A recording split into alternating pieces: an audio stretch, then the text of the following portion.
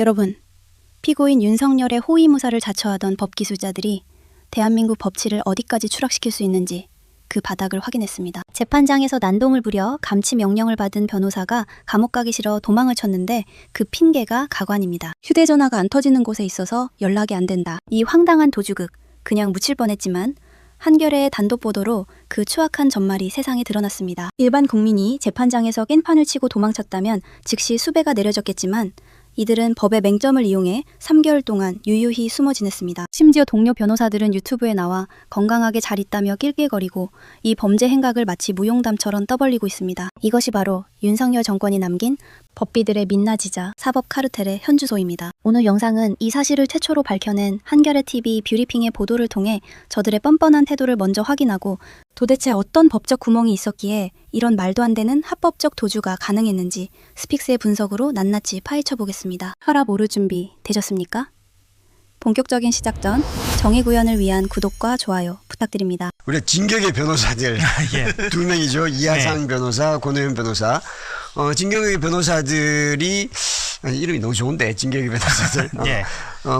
권오현 변호사에 대한 15일 감치 집행은 사실상 이제 불가능해졌다고 돼 있죠. 예. 이른바 일종의 공소시효가 지난 건가요? 이게 감치에 대한 규정이 우리가 기존에 알고 있었던 형집행, 그러니까 형법상의 형집행하고 좀 다르다라는 것을 저도 처음 알았고 아마 언론에서도 처음 접한 것 같습니다. 어제 한겨레 단독 보도로 좀 나왔는데요. 서울중앙지법이 김용현 전 국방부 장관 변호인이죠. 그 말씀하셨던 것처럼 권오현 변호사에 대해서 지난해 11월입니다. 11월 19일에 감치 이 선고가 된 이 상황이 그 감치 선고가 19일자로 집행 시한이 경과했다 이렇게 이야기를 했습니다. 그러니까 더 이상 이것을 집행할 수는 없다 이렇게 이야기한 건데요. 규정을 찾아보니까 이렇더라고요. 그러니까 법원조직법과 법정 등 질서 유지를 위한 재판에 관한 규칙에 따라서 감치 집행은 선고 3개월 이내에 이루어져야 한다고 합니다. 3개월이 지났군요. 3개월이 딱 지났습니다. 예. 그 전에 어떻게 그러니까 그 3개월 동안은 두문불출하고 재판이 안 나오고 그랬던 거죠. 그러니까 이것을 둘러싸고 역시 이 꼼수다 법기술자가 법 체계를 교란했다 뭐 이런 비판들도 사실 지금 나오고 있는데요. 이하상 변호사는 잡혀 들어갔거든요. 이하상 변호사는 얼떨결에 재판부 그러니까 실제로 본인이 재판에 출석을 하면서 감치 명령이 이지관 판사가 직접 집행을 하면서 잡혀 들어갔고요. 지금 이 권 변호사 같은 경우에는 행방이 묘연합니다. 행방이 묘연합니다. 어디 있는 거죠? 그러니까 이게 사실은 그 본인이 어디 있다 아니다라고 하는 게 또 유튜브를 통해서 알려졌습니다. 이게 제가 이제 이 변호사들 이야기하면서 이 유튜브 비즈니스다 이거는 이렇게 말씀을 드린 적도 있는데 유튜브에서 이런 이야기를 그 동료 변호사가 이것도 이제 김 전 장관 변호인들인데요. 이런 이야기를 했는데 건강하게 잘 있다, 잘 있다 이렇게 얘기하면서 휴대전화가 되지 않는 곳에 있어서 우리도 정확한 수치를 파악할 수 없다 이렇게 얘기했는데 휴대전화가 되지 않는 곳이 어딘가요? 독도도 다 될 텐데. 그러니까 이게 저는 이 말이 안 되는 게요. 휴대전화가 되지 않는 곳이 있다. 이거는 휴대전화를 안 갖고 있는 거겠죠. 위치 추적이나 뭐 그런 거. 맞습니다. 그러니까 이게 그 두 가지로 해석될 수 있는데요. 본인 그 사람한테 연락이 되지 않는다라고도 해석이 될 수 있고요. 아니면 해외로 나간 것으로 볼 수도 있죠. 해외?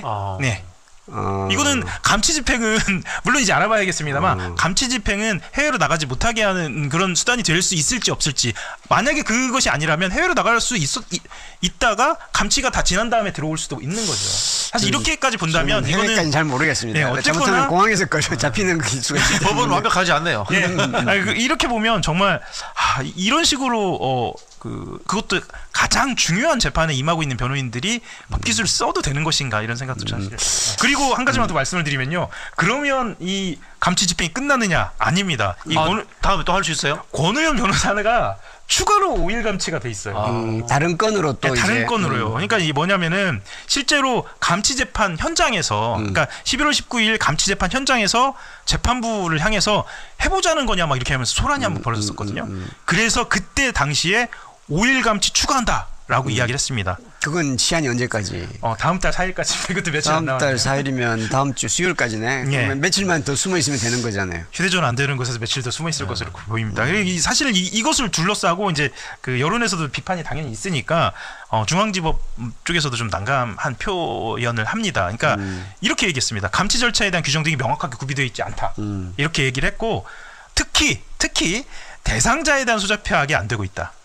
좀 집엔 자택엔 없을 테고. 예, 최대한 노력은 해보겠다라고 이야기하는데 이 이면에는 지금 이 권 변호사가 휴대전화가 안 되고 있는 곳에서 계속 4일까지 버틸 것. 자기는 연락을 받은 바 없다. 뭐 그러려고 하는 거겠죠. 예, 그래서 가장 안전한 방법은 말씀드렸지만 해외에 나가 있는 그런 방법이 될 수 있겠죠. 근데 요거 생각하면 뭐냐 감치되어 있는 것도 아주 편할 것 같은데.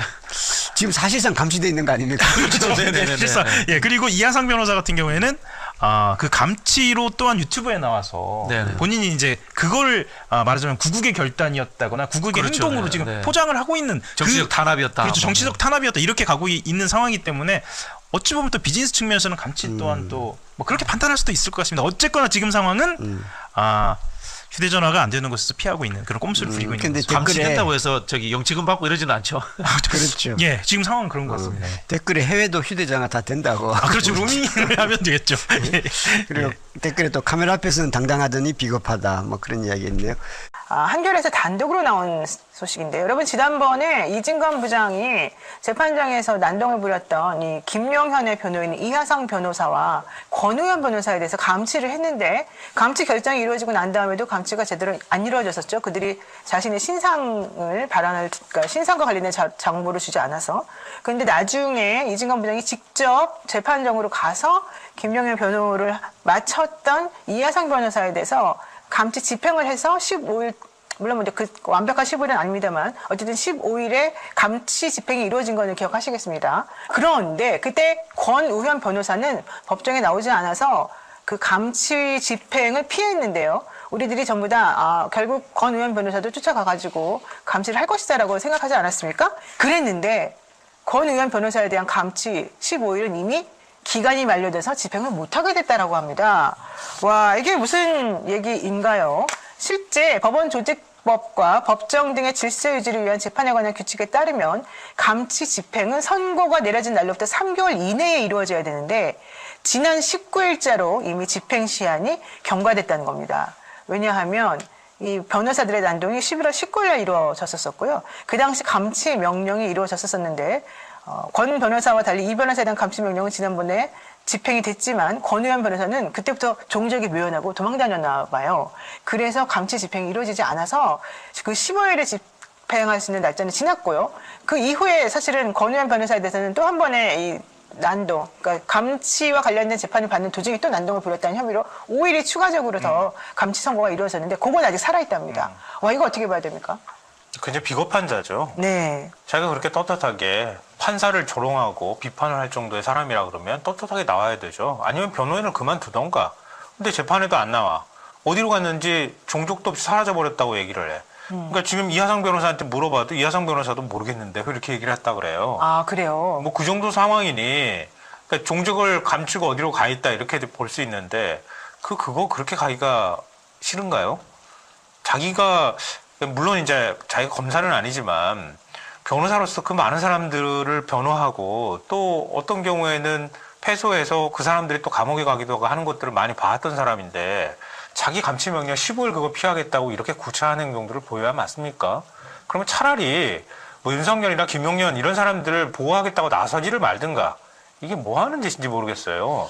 지금 3월 4일까지 집행 가능한 감치가 5일 더 있다고 하거든요. 네. 그러니까 그 사이에라도 나와서 15일은 어떻게 도망갔다 하더라도 그냥 나머지 5일은 떳떳하게 받아라. 야. 최소한 그 정도는 해야 되지 않겠나요? 그래서 근데 이렇게 되면 이제 도망다니고 이리저리 피해 다니면 결국에는 법원에서 그런 명령이 있었고 결정이 났어도 얼마든지 법을 피할 수 있다. 이걸 보여주는 거잖아요.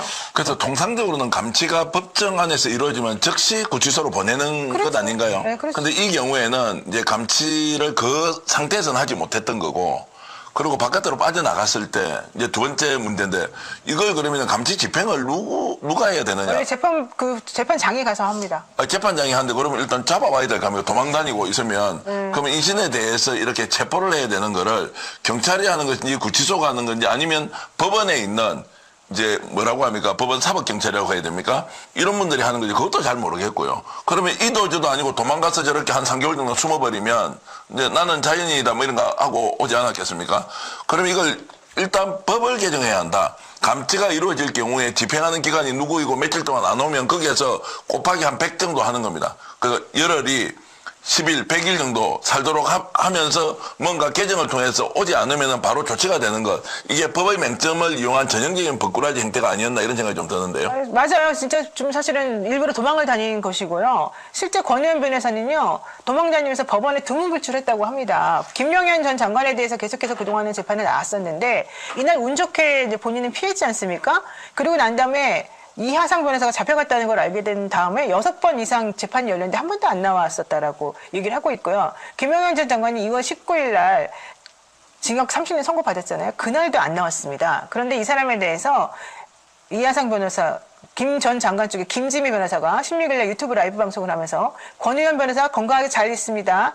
휴대전화가 되지 않는 곳에 있어서 우리도 정확한 소재는 모르겠습니다. 이런 식으로 얘기를 하면서 되지 않는 데 있다고. 법원을 우롱했다라고 한 얘기가 있는데요.